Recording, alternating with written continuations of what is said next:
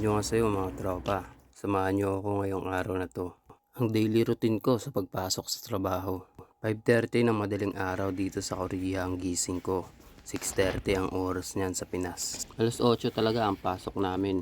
Ang pasok ko naman ay pang alas 7 dahil ako yung nagluluto ng mga candy para sa mga pang alas 8 na papasok.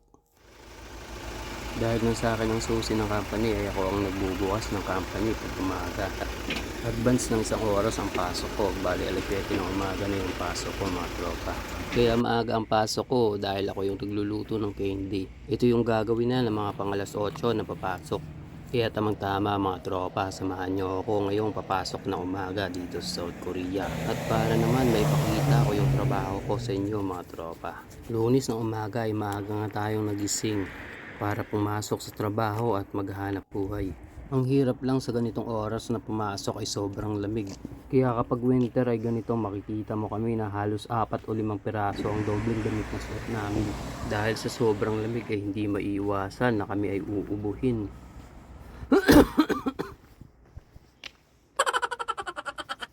By the way mga tropa, ibabatiin muna natin ang isa nating tropa. Shoutout nga pala sa ating solid na supporters mula sa planetang Namek, Christopher Baluya. Mabuhay ka hanggat gusto mo. By the way mga tropa, nasa loob nga pala tayo ng company at ito nga pala yung daily routine ko pagka umaga. Dito na rin ako nagkakape at kumakain ng itlog at kamote. Ang saklap lang mga tropa, yung company namin walang coffee. Ito ang gawain ko pag umaga. Doon naman yung loob ng production kung saan ako nagtatrabaho. 30 kilos na asukal ang nilalagay ko bawat isang mixer. At ito naman yung artificial honey na 10 kilos bawat mixer din ang nilalagay ko. Bali 80 kilos lahat ang binubuhat ko. Pagkatapos kong malagyan ng asukal at ng honey ay hihintayin ko ng maluto. So medyo maingay dito yung machine ko ngayon.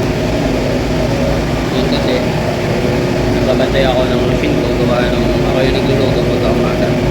So bali sa Pinas, ang oras dito ay advance ng isang oras. So ang gising ko sa Pinas ay alas 5.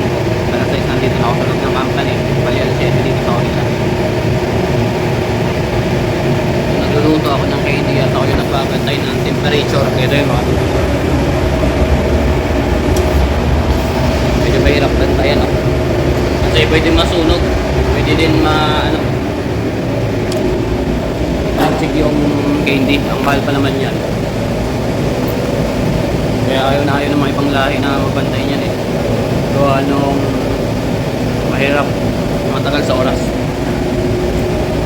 Umaga dito na ako nag-almusal, dito na ako nag-almusal, tapos dito na rin ako nagkakape. So kamote at itlog lang mga tropa, sulit. Baka mahuli tayo guys. Yung company namin ay tad-tad ng CCTV kaya bawal na bawal yung cellphone. Dito naman yung area na kung saan kami nagpapahinga pagkatapos namin kumain o pagka break time. Ito nga pala yung isa sa mga matatandang Koreano na kasama ko sa trabaho. Sobrang mabunganga ang Koreano na to pero vibes kaming dalawa. Pag ito nakasama mo sa trabaho ay sigurado kinabukasan hindi ka napapasok. Bukod sa mabunganga ay mahigpit din sa trabaho. -9 at malamig na sa labas. Pero pagkatapos kumain ay makikita mo yan tuwing winter nag-a-unwind pa at nagpapahangin. Naliligo na siya ng snow pero naiinitan pa rin. Putragis na yan. Ito naman yung isa sa mga upa na kasama ko sa trabaho. Pag out namin ng alas 5 ng hapon ay sumasakay ako sa kanya para nga makatipid ako sa oras. May kalayuan din kasi yung bahay namin at sa company. Kaya umaangkas na lang ako sa kanya. Huwag kayong mag-alala mga tropa dahil safe naman yan mag-drive. Tignan nyo yung uso mga tropa. Nakapokus talaga sa direksyon. Wiro kayo so. Ha? Yung? Wiro kayo. Uwian na naman galing trabaho. At yun nga talagang wala talagang overtime. Lagi na lang kami alas 4. Napakainan ng company namin.